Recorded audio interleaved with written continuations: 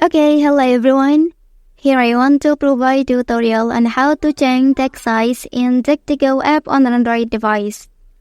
Well, knowing how to change the text size in this app can be helpful for improving readability and accommodating different preferences.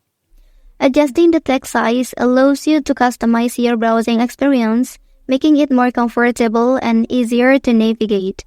So, let's go to the tutorial. Okay, firstly, open DuckDuckGo application. Well, so here, simply tap the three dots at the top right corner, and then select Settings.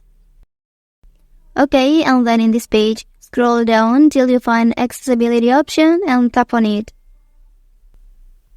Well, and then turn on this option.